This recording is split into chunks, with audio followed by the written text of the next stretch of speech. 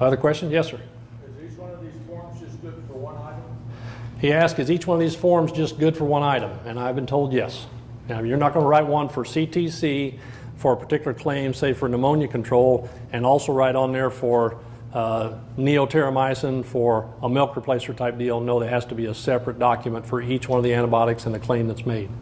And if you're writing for CTC used for 3 different claims, whether it be enteritis or anaplasma or respiratory disease, that's still 3 different veterinary feed directive documents. So it has to be a separate one for each intended use.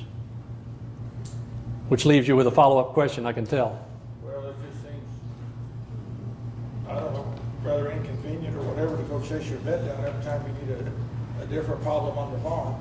Yeah, I agree. His comment was, it seems rather inconvenient to have to chase the vet down for every time you have a different problem on the farm. But that's one of the reasons for having the conversations up front about some of these disease situations that you need to be prepared for or have had some problems with in the past. These veterinary feed directives can be written somewhat proactively for some of these disease prevention or control situations that come up, such as the example of using a medicated weaning feed. If they know that you normally wean at a certain time of year, a veterinary feed directive, if the veterinarian determines it's appropriate, could be written for access to that medicated weaning feed when you actually get to the point of weaning, but it could actually be put on file and ready for you to buy that product rather than wait until the day that you need it. So you don't have to, quote unquote, chase them down when you have problems that occur. Now there may be situations come up that is a different problem than what you've had that will result in another VFD being needed in order to get a particular feed medication product to help you fight whatever's going on. So possibilities there. Well, if the veterinarian comes out and treats a sick animal and he leaves you medicine to treat it again, you know, say a couple of days you got to give it another shot, do you have to have any paper from anybody else or just use the vet's prescription that he does? Yeah, and his question was, if the vet comes out and treats a particular animal and leaves you medication to follow up treatment, do you have to have any paperwork with that? And the answer to that is no. Because most of the time what you're talking about is an injectable medication that he's leaving you a follow-up injection for, and this law has no effect on that. That's a normal part of the process. This is only for feed and water medications and not for injectable products that typically would be something that a veterinarian on call, being called out for a sick animal, would normally use probably an injectable product. They may use an oral drench of a liquid form. That is a possibility. Might leave you some water medication, but again, it's script side, so there's no special paperwork for it. It's just the relationship you have with your veterinarian and what medication they want to leave you to follow up treat. Okay? Good questions. I would say that, I don't know where, maybe Tony would know, we are in the process of making an app. I think it's there already, but I haven't seen it quite yet. That we're going to be able to sell to the vets. Yes, am I right on this? We're not selling it. We're not selling, we're going to give it, I don't know. Yeah, well, you're right in a lot of respects. What we ended up doing as part of our training, we have some very knowledgeable young people in MFA, thank goodness, for as old as I am, some of them that are younger and know the computer stuff. But they were using a particular software platform to build applications for chute-side data collection on beef cattle, whether it be pregnancy checked or those kind of things, and or injection records, basically to kind of standardize and improve the record collection for, say, the health track program, those kind of things. Well, the young man that was doing that quickly realized that if I gave him the right information on all of these particular products, medications that we've talked about, he could build an app that would have drop-down menus by species, particular disease claim, particular antibiotic, that would bring the proper information straight out of this Bible, so to speak, and populate that particular form that you see. That's the form his information will populate. So he did generate that, but only because he had the knowledge to do it, and MFA didn't have an interest in trying to market that to veterinarians. It does come at a cost because it's using somebody else's software platform to build the apps, and I don't know about those legal legal wranglings. But what they did with the creation of the app, they have had conversations with, I'm talking about the people who created within MFA, and actually it has been turned over to the Missouri Veterinary Medical Association, and the MVMA is going to make that application available to members starting in December if they want to use it. It will come at a cost, but it's going to be substantially less cost than electronic formats like Global Vet Link or EVFD solutions. EVFD out of Texas is one that will cost veterinarians, last time I talked to them, between $50 and $60 a month. The Global Vet Link, I think, runs about $30 a month plus $5 for every document they create. This one is going to be much less than that. I forget what the MVMA has said they would price it at, but basically we have turned it over to them and we'll support the information, but it's not something that's coming from MFA. because it needs to be within the veterinary community. They have control of how they want to put together. I can tell you that what they put together, they also put as a part of the library of information opportunities or applications in there. There's a preg check library where you can keep preg check information chute side. There's one for evaluation of breeding heifers. Well, you can take pelvic measurement scores, those kind of things with its own built-in calculator. There's even a treatment record in that library that Ben has created in the last 2 weeks that will allow you to record what treatments you made and even allow you to take a picture of what you treated, if it's a lesion, or where you applied the treatment, and store it with a document and create a PDF document. That just kind of blows my mind what they can create, but it will have a lot of broader application other than just the veterinary feed directive for use by veterinarians, but it is coming available. Well, I guess what the point is that this works out like I think it is, what you said the 1st of December. You should be able to, or the vet will be able to take a VFD and literally do it on her phone or tablet, and then electronically change that data right to us. Or to whoever they want to send it to. Whoever wants it. And that's the other reason. So instead, to answer your question, do you got to go chase down the vet? If you have that patient-client relationship with your vet, that's going to make life a lot simpler if that can be just electronically changed. Right. That way. Right. Other questions? Or do we go to my tablet of frequently asked questions? Since we've talked about the VFD, nobody's asked, what's this going to cost? Anybody been thinking that as you sit there? Yeah, I can tell you've been thinking it, just didn't want to ask it. Well, it gets asked a lot.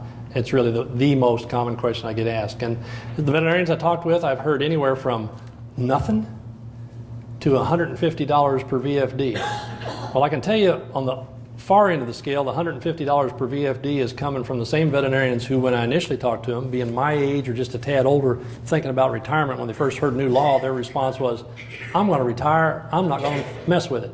I almost slipped up and said something I didn't want on tape. But I'm not going to mess with it. And then when I went through the explanation, just as I've explained to you all here as to what it would take, they say, well, that's not too awful bad. I could do that, but I'm still going to charge a lot. I said, well, at that level, that's the same as telling somebody you really don't want to do much of it. On the flip side of that, I tell the veterinarians who say, I'm not going to charge anything, and it's up to the veterinarian. There is nothing about this law that sets what the fee should be. The veterinarian decides that, and they have to know how good a relationship they have and how confident they are in it. But to those that, for their good clients, don't think they want to charge anything, I just want to remind them that, really for the intent of this veterinary feed directive, it ought to entail some conversation with your client about the appropriateness of the use of this particular antibiotic that you're wanting to write the VFD for, and what you might do going down the road to change about genetics, management, nutrition, whatever, to get you to a point where maybe you don't even need this VFD. And that has some time involved. In addition to your staff's time or your own time to create a document, that's going to be worth a little something. So there ought to be some nominal fee. Bottom line to me is that as producers, you ought to expect to have to pay a little bit of something for it, but I leave it up to the veterinarians. With their relationship, if it's a good long-standing customer and they don't want to charge for a veterinary feed directive, it's not for me to say that they should, but it's also, you don't need to be gouging somebody for the price of putting a VFD together.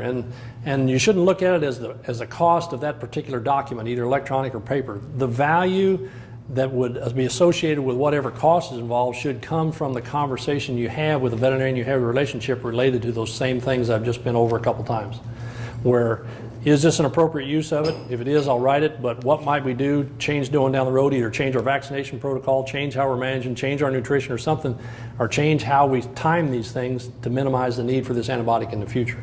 And that's where the value or any cost should come. Does that turn into billable hours like my plumber and my attorney throw to me? I don't know.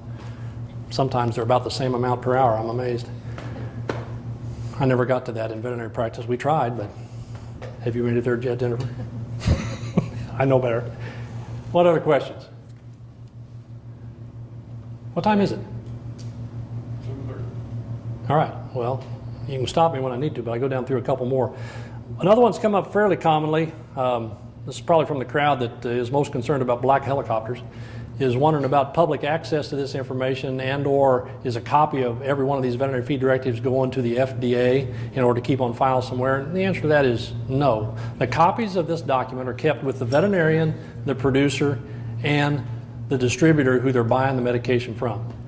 Now, if inspectors are doing their job, they may occasionally ask to see these veterinary feed directives when they're coming through the say the SEDE MFA and doing their feed inspection. They may ask to look at one or two, and if they do, they may follow up on one with the producer and to the veterinarian that wrote it. But there's not copies of it being sent to the FDA. It's not; these things are not creating something that's available through the Freedom of Information Act, something like that.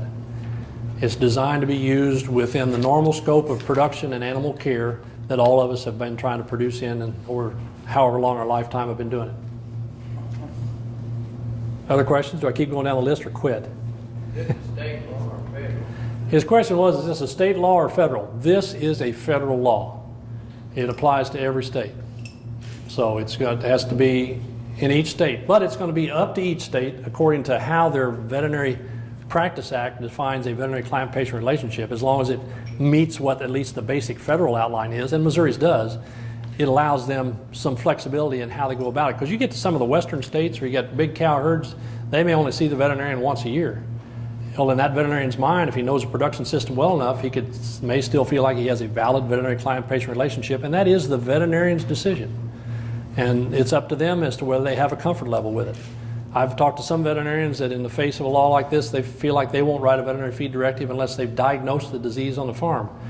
Well, in a state like Missouri where, again, back to my anaplasmosis example, where anaplas is so endemic, it seems crazy to not allow somebody access to chlortetracycline that can control the disease when fed through the mineral and force them to wait until they actually have a disease loss or animals you have to treat with injectable before they'll ever write the veterinary feed directive for the preventive form of the medication. We may get to that, but right now this is a federal law, applies to all of them, but it allows some flexibility and leeway with the veterinary population to put their own definition on the relationship. Now, states may do some strange things on their own. Anybody here from the state of California? The state of California does some strange things. When this law came out in 2013, shortly after that, through the year 2014, their legislature passed a law. I heard that the governor signed it, but I don't know for sure. So, but I don't tend to follow what California does in general anyway. But they passed a law saying January 1, 2018, that there will be no medications available to producers of any kind except through their veterinarians. Now that's the kind of restriction we don't need for what we're trying to do to keep livestock healthy that we're raising, that eventually become part of the food chain for the population that enjoys eating tasty animals. That kind of a deal. Use it that form. It gets back to my PETA t-shirt. I do have one, but it doesn't say what you think. So. I'm an equal opportunity carnivore. That's what I am. That's what I tell people. You know, I enjoy the chicken just as much as I did the beef. Fish would have been good too. We have a good mixture in our freezer at home and always will have. So bottom line is states could be more restrictive, but my hope again is, like I mentioned early on in this discussion, this conversation, is that we as an industry, whatever livestock species you're working with, can respond to this law in such a way that we can prove to them through whatever inspection process they're going to put us through that we are making good judicious decisions about the use of the antibiotics they have on this list. And if we're doing that, might that at least slow down, if not derail, any consideration of further, more restrictive regulation on what we're trying to do in terms of access to antibiotics to keep livestock healthy as we produce a food source for this nation and the rest of the world. That's almost preachy, wasn't it? You liked it? Other questions? It's been a fun after dinner conversation. Aren't you glad we did this after dinner, not before? I've never seen it deter appetites, and it shouldn't. You know, it creates its own set of headaches. Do I like the fact that I've been having to talk about this thing? No. But I dove into it headlong when it first came out, figuring, gosh, if it's going to be forced upon us, then we need to do all the talking we can to try and be ready for it. I can tell you one of the best conversations we've had is myself and Dr. Craig Payne, hometown boy from here, who's now our state extension beef veterinarian, sat down with Dr. Linda Hickam, who's our state veterinarian in the Missouri Department of Agriculture, and the head of the inspection staff and the division head over all inspection that's going to be doing the inspecting of this process, so we could all talk together about a list of common questions like this and see if we can't be all on the same page in how we go about trying to enforce this particular set of regulations. And I think we're there. I hope we have follow-up conversations with it, because I can tell you when I get new questions from meetings, and all these that are on my list, I have shared with everybody who was in that meeting. So we're all sharing those questions back and forth so that our approach to it is going to be well-grounded and hopefully running the same thread of discussion through it. And that's been a good thing, because it will be up to enforcement within the states that actually provide the inspection for this. And the inspection and follow-up on this particular law will be done by, again, by the current set of state inspectors who are under contract to do the feed inspection for the federal government. They'll be contracted to do this particular VFD inspection. And they've got plenty on their plate because there's a whole new set of, what is it, the Food Safety Modernization Act, FSMA, that's going into effect that affects every feed supplier out there, and that's on their list, that's on their plate of stuff to do too.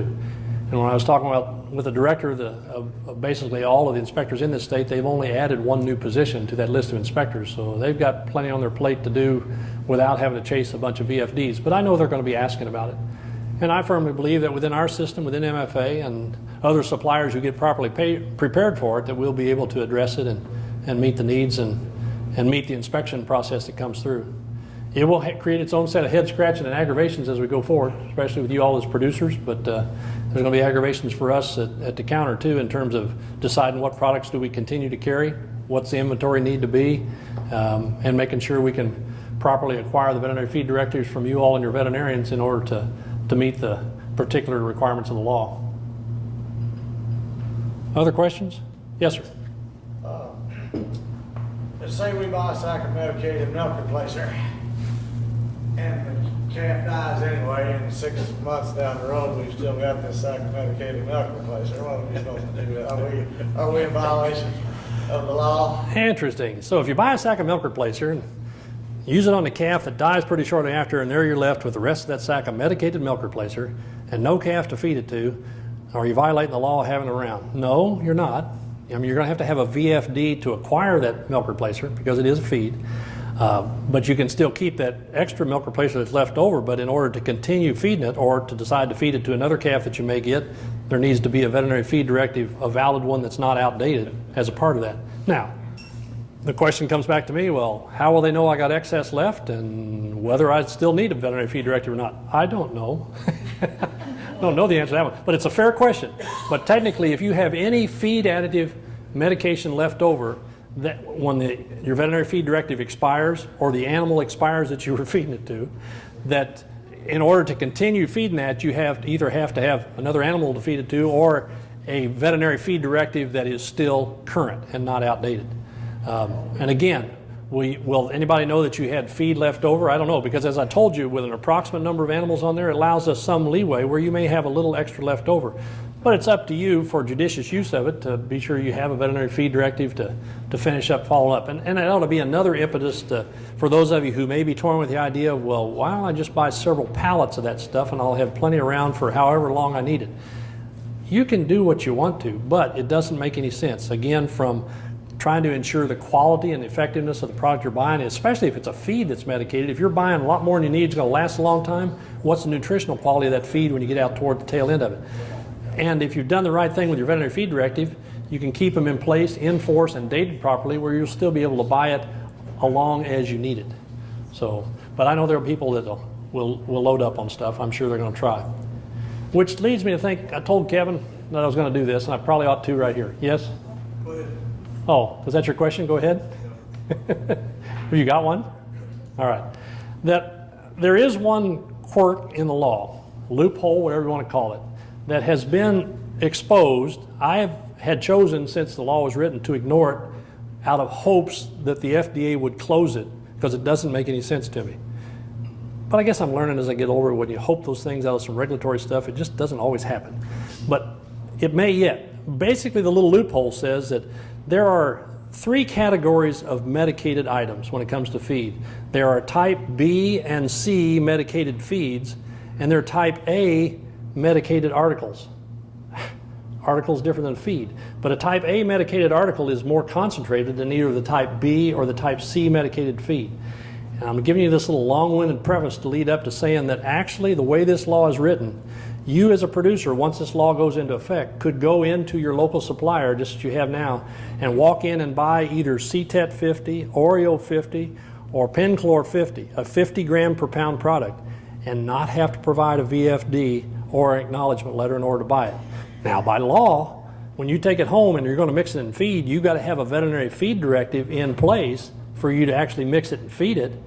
But you don't have to have the VFD to buy it. But you go in the store and want to buy a CTET 10, which has 10 grams per pound, That's a type B medicated feed.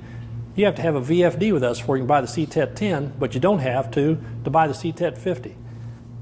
I don't get it. I can't figure that one out. And like I say, I've made the personal choice in my early talkings about this and how we set it up with MFA system to ignore that, hoping that loophole would be closed, because it just doesn't make any sense to me to make the more concentrated product available without the obstacles of a veterinary feed directive in place, but you still have to have a veterinary feed directive to feed it.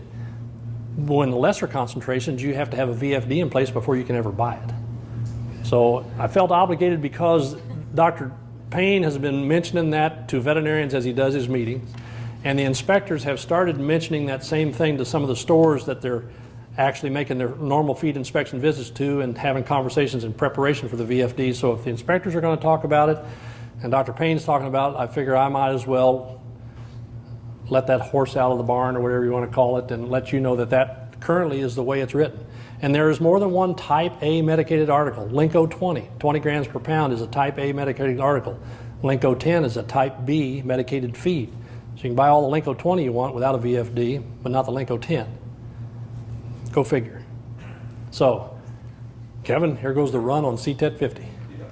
It may be, but again, we'll go back to the argument and the statement I made before. Even if you think you can make good use of CTET 50, what good does it what good does it do you to buy a whole bunch of it, have it sitting around, and actually potentially go out of condition? Let's not play those games. And I don't think we should, because of the thought that it's going to lessen the activity you have to have, or the involvement in trying to get a proper VFD to do it. Enough said. Now, did you really have a question? No. That was it? That was it. Any other questions? What? What's the score? What's the score? That was the question. And doggone it, I don't even have my phone on me. What is the score? Somebody's surely been watching. Jack is, I can tell. I'll check. Oh, he's checking. I thought maybe he had it. She asked if we talk a little bit about the shield feed. You know, basically. Pardon? Cubs are up 1-0. That does have nothing to do with the shield feed. But I don't know. The way the Cubs have been hitting the last 2 or 3 games, maybe they're eating shield. I don't know. They could be.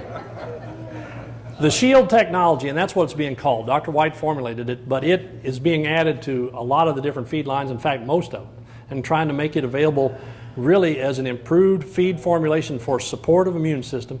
And again, it has some, what they're calling some phytogenic products, which is kind of some prebiotic fiber, especially in ruminants, which basically improves rumen health and performance, improves gut health. And when you get to figuring that in most mammalian species, 65-70% of your immune system is actually in your gut anyway. So if you improve the gut immune health and the environment within the gut, an animal's immune system is stronger anyway. But it's got some essential oils, and there's over 140 essential oils or more, but they've done a research, and I think there's a combination of 3, 4, or 5 of them. Again, I don't know the details, but some of them on their own have some antimicrobial activity in terms of being antibacterial, even antiviral, antifungal. They're using some yeast cell wall extracts, which would be your oligosaccharides, which have some competitive inhibition as far as infectious bacteria like your E. coli and salmonellas in the gut, and if you can keep those under control, then your gut's doing a better job of staying healthy and absorbing nutrients. When it's absorbing nutrients properly, you got a stronger immune system. And they're using, again, as I mentioned, some chelated trace minerals like your zinc and selenium and cobalt and probably manganese, if I'm remembering right. And when you have those in a chelated form, which means that particular mineral is attached to a protein molecule or an amino acid, that breaks off a whole lot easier and is absorbed through the gut and utilized in the system than if you just mined it out of the ground and put it to them as a rock form, which there's probably a better term for that other than rock form. But ground rocks are not as digestible as proteinates or chelates. And I think that's the major components. There's some I missed that Dr. White has clued you in on, but that's the major components. I got a lot of dairy work that I do, and Chad James, who you'll probably meet back there, they tasked us to try a feed trial at Passaic at the Mocan Sale Barn a year ago, wasn't it, Chad? And we had 1,000 NKs. We did 2 groups of 500. We put shield technology in the cattle charge and starter feeds. Gabe cut them. I thought it was probably one of the greatest trials we've ever had. We tried cattle charge with CS700 with Rumensin, and we had cattle charge shield with Rumensin. Gabe cut the calves. bought them on a Wednesday, worked them on a Thursday morning, cut the bulls, and just keep put them in starter pens and weighed them every week for them. We treated 4 head out of each group, 2 out of each group. 1, I don't think we had to, but the cattle that were on CS700 had to be a mass treatment. The cattle that were on Shield and Rumensin, we just treated the individual cattle. Gains were virtually the same, cost was virtually the same. So back to your point, Shield brought into cattle like that, the drugs were much more effective that the veterinarians could determine for the cattle that were actually treated. And we had the ability to weigh these calves too all the time. Intakes were the same. There were cattle that were naive to feed, and there were cattle that knew how to eat. I thought it was, we did this on a month period. Turned them out, they went to the flail grass from there. You're going to see more and more of this as we go, but I think we're pretty much make the decision. Shield's going to be in about every MFA feed or the technology. The thing that I like about it is Tony talked about the snake oil salesman, and I think I've been accused of that several times. But I'm kind of like Tony. I'm older than Tony. I see new things now that we have never thought of. And if you've ever gone into a guy's operation and seen a case of Draxin sitting there, do you know what Draxin is? I mean, we're never going to get away from antibiotics, I don't think. But you start pushing Draxin at what? Jennifer, what is it? $30 a cc? $30 a cc. And you got to give that 1 cc per body per 100 pounds. That's a pretty healthy choice of medicine to go into a guy's calf. And he says, oh, maybe I'll stay on the Shield product instead of having to push the Draxin. And that's where we're going, is to hopefully lessen the amount of drugs we put into our animals, which is probably a good way to go. It is, and the other thing I would add to that, related to your question, is that I know from having a relationship with Dr. White, and not just because we work for the same company, that he's been very selective about what he puts in there, and there's research behind each of the components that he's put together. Now, how's he determined at what percentage of each component he's got in there? I don't know, and it changes by species. It's not the same organization or the same concentrations of the individual components if he's putting in a beef feed than what he puts in rabbit feed. They're using Shield products and MFA's rabbit feed, but there is proof behind it at the particular levels, and the company's components that he's accessing in order to build these things have enough research data behind them to give him a level of confidence in doing it. So, you know, there will be a lot more of these nutritional technologies to consider going forward, and you just have to pick and choose, and again, exercise that constructive skepticism that I mentioned before if you're presented that opportunity of this particular feed product versus another one, and this one's got some additive in it and this one doesn't, or this one uses antibiotic. But going forward and knowing how much of an imposition some producers see this veterinary feed directive situation or regulation to be, this presents a viable alternative for them to consider where there's not a veterinary feed directive that's needed for it. You can try that and see if nutritionally it makes the improvements in the health and performance of your animals to where it eliminates the need for the antibiotic that you'd been using before. And that possibility does exist. And so I think it's worth considering. But you kind of have to sort that out on your own and with the help of your veterinarian, depending on what your situation is. Enough? Maybe a little bit? Yes, sir. Is Shield something you can have added to feed that's mixed by MFA, or is it something just in MFA feed? The question asked is Shield something you can add to feeds, or is it just something in MFA feeds? Now, I don't know what the status is of having a Shield add pack. Jim has talked about that. If it's want to add to a custom mix, it's not something that they're going to sell outside the feed and have it show up in a competitor Kent feeds with the Shield technology built into it. MFA or mixed feed for me, then they bring it out. Yeah. Is Shield something that can be added to that? Yes. On feeds that they mix for you, your question was, if you have feeds mixed at your local MFA, can they add a Shield technology to a feed that's being made for you? And the answer to that one is definitely yes. That's true. It's worth having that discussion. Yeah, so much per ton. I mean, my wife raises meat goats, and we're using the Shield technology as an additive in the meat goat ration that she's having built for them at our local MFA. And it's a better nutrient quality. We're seeing better condition on the goats health-wise We kind of cull the ones that don't stay healthy anyway, so we haven't had to use too much antibiotics. 36 have it in it already? Pardon? Does Perfect 36 have it in it already? Does Perfect 36 have it in it already? And I can't answer that one. Not yet. There will be a lot of, I think it's coming where we're gonna add it. I think it's just gonna become a standard part of our MFA branded feed. Probably so. The natural 36 is what they're talking about. Oh, okay. I hadn't heard it called Perfect 36. I didn't know we made anything perfect. I guarantee if something goes wrong, it's not perfect. All right. Tony, Yes. that ad rate on those cattle shield packs is 50 pounds per ton. 50 pounds to the ton is the ad rate on those shield packs. It's running about, it adds about $30 a ton to your feed. $30 a ton is what it adds to the cost of the feed. Okay. Told me more than I knew. Thank you for filling in the gaps. Other questions? If you buy our Ricochet mineral, it's in it. It's been in it for 2 years now. That's where we really got started on shield. But it's, the mineral process itself is in everything we make with Ricochet mineral. Right. Okay. Let me throw out one more commonly asked question, and I'll quit and stick around as long as anybody wants to ask questions. But one that's come from several, especially when talking to the beef group. I've had a question that my brother and I run cattle with my dad. And we all run them together, we manage them together. Do each of us have to have a veterinary feed directive for feeding tetracycline mineral to the cows to prevent anapleas? And the answer to that, if they're run all together, is no. Not each member have to have one. You manage the cows all together as a group. You put that number of cows on your VFD, one VFD can serve for the farm or the group of co-managed cattle. That same question came up in light of one on the Iowa line. There's a young man up there that basically custom manages cows and calves them out for absentee owners. And his question was, does the veterinary feed directive for these animals, if I need medication for them, have to be with each of the individual owner whose cattle I'm managing or taking care of? And the answer is no, because the veterinary client-patient relationship is with that young man who is the caretaker of those animals. And that's where the VFD needs to reside, not with each individual absentee owner.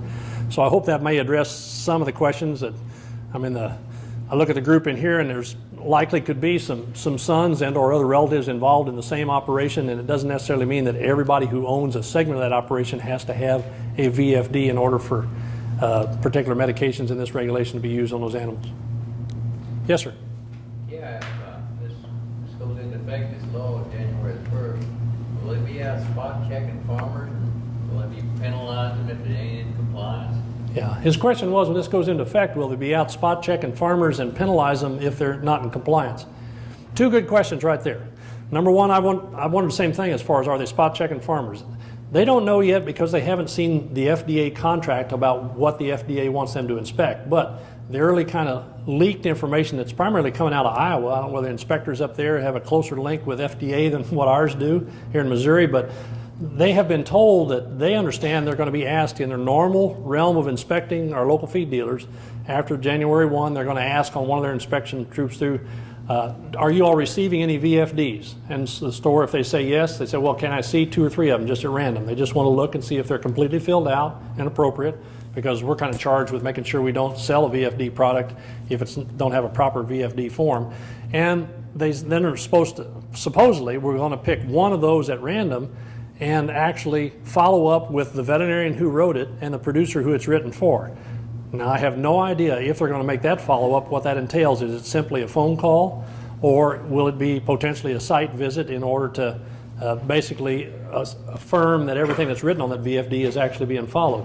But the chance is there, and the door is a little bit further open, that there may be inspectors actually calling upon the producers who are using the antibiotics. Now, that opportunity has always been there because they could always track where antibiotics are being sold, but it's never been part of their charged inspection process to do it. But under this law, that opportunity will be there. Now, the second part of your question, are there fines and stuff that they'll be looking to hammer on somebody? And really, as we talk to inspectors, and it's written at the FDA level too, at least starting forward with the first 6 months, who knows how long that this thing actually, after it gets started, the intent of the inspection process is to see, is the process working? Are people that are involved with it, the producer, the distributor, and the veterinarian, are they following it and meeting the letter of intent of the 14 required information points? And if it's not being followed, then use that as an educational opportunity to where we ensure it's better lined up the way it ought to be. I can tell you, I have read the law. It's a good cure for insomnia. If you want a copy, I'll send it to you. But I've read it several times to see if I missed stuff. But there are some legal, there are some penalties that are written into the law. You know, for initial infraction, it could be as much as a $1,000 fine and some jail time. Repeat offenders, $10,000 and longer jail time. But really the one that would scare me the most if they go down that enforcement path and actually get to the point where they feel like they need to make an example of somebody, and believe me, they might if they find somebody's bought 3 pallets of CTET 50 when they only got 50 head of cattle. You don't need that much sitting around. What are you doing with it? But the real hammer that could be involved is that if they find that somebody has misused the intent of the VFD, misused the medication, any animal that received that medication can be considered adulterated. And what happens when you have a meat-producing animal that's listed as adulterated? You've immediately eliminated its opportunity from going into the market until whoever has it labeled as adulterated says it's met the clearance and we're okay. I mean, that happens in the dairy market. If you have a contaminated tank of milk, you know, that farm's not going to sell milk to a grade A processing firm until it's been cleared of any antibiotic residue through some repeated testing of the bulk samples and or identifying the cow that contaminated the bulk sample. So the very biggest and worst hammer they could have would be to stop you from being able to market the animals that you've been feeding and or fed medication to. So the teeth are there, but again, back to the conversations we've had with the inspection force and how their approach is to it. Their approach is to make sure that they're doing their part in the education process to make sure we understand it well enough that we can do the best job we can of make it work as it's written, and or change some things about it that makes it more I started to say more user-friendly, but is there anything user-friendly about regulation? That's the wrong term. To make it where we can actually more easily process and get through it and make it all work right for all of us involved. That still may not be the right term either, but best summary I can make. But there are teeth there. I don't know how hard they're going to growl. Anything else? Yes, ma'am. He asked about penalties, and you said the law says there could be penalties. Who's that penalty going to be on? The farmer or the seller that sold that? Yeah. She asked if there is penalties and they're enforced, who's the penalty going to be on? The farmer or the person that sold it? It depends on what they identify as being the major cause of that infraction. If it's because the retailer or the distributor sold the wrong product that doesn't meet that claim, that could come onto the retailer for not matching what that VFD says.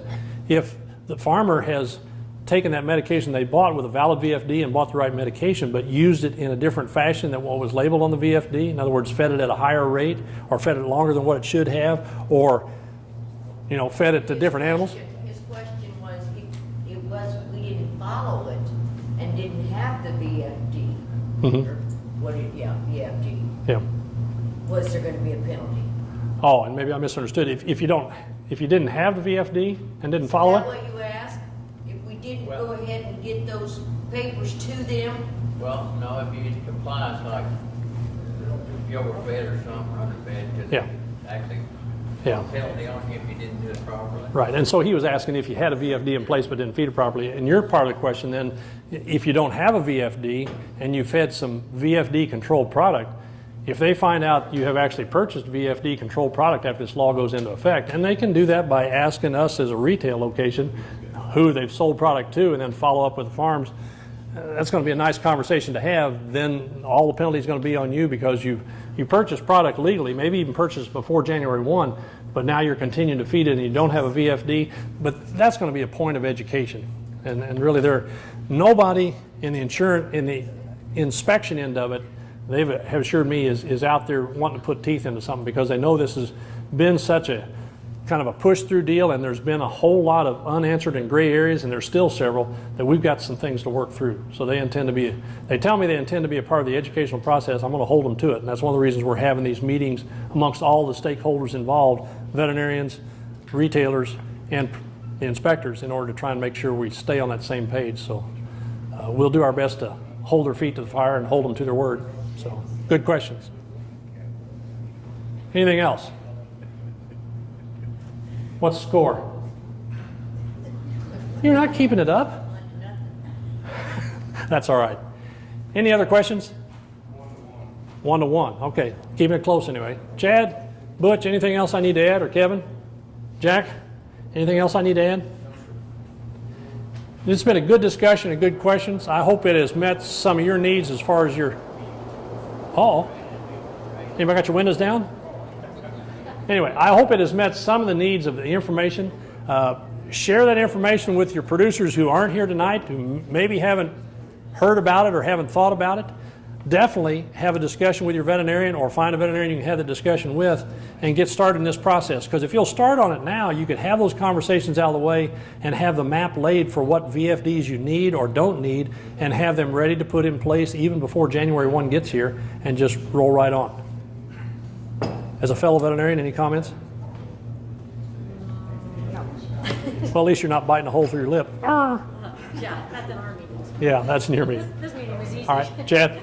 I wanted to introduce myself. I work with Butch Turner, and Kevin and Chris are extra busy now. They've got a lot of things going on, and so Butch has asked me to help with some sales effort with the stores. I've been out in the country with you and worked with the Elliots and enjoyed that. And if there's anything that I can do for you, taking feed samples, trying to look at the cattle and figure out what type of feed you want to use, or if you got any questions or anything, you want to make any farm visits. I know Kevin and Chris are extra busy, and I'm more than happy to do that. My name and number is over here on a card at the table, and just call anytime. I'll be happy to do anything I can for you. And as a point of clarification, that is Chad James. Yeah, first name. All right. Anything else we might address?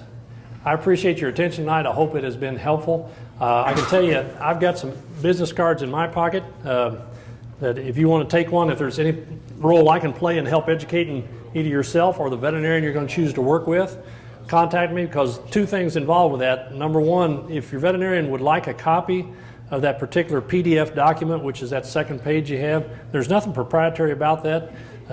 Like I say, quality people within MFA helped me create that thing in that PDF format to where it can be filled out on the computer and done electronically, even signed electronically.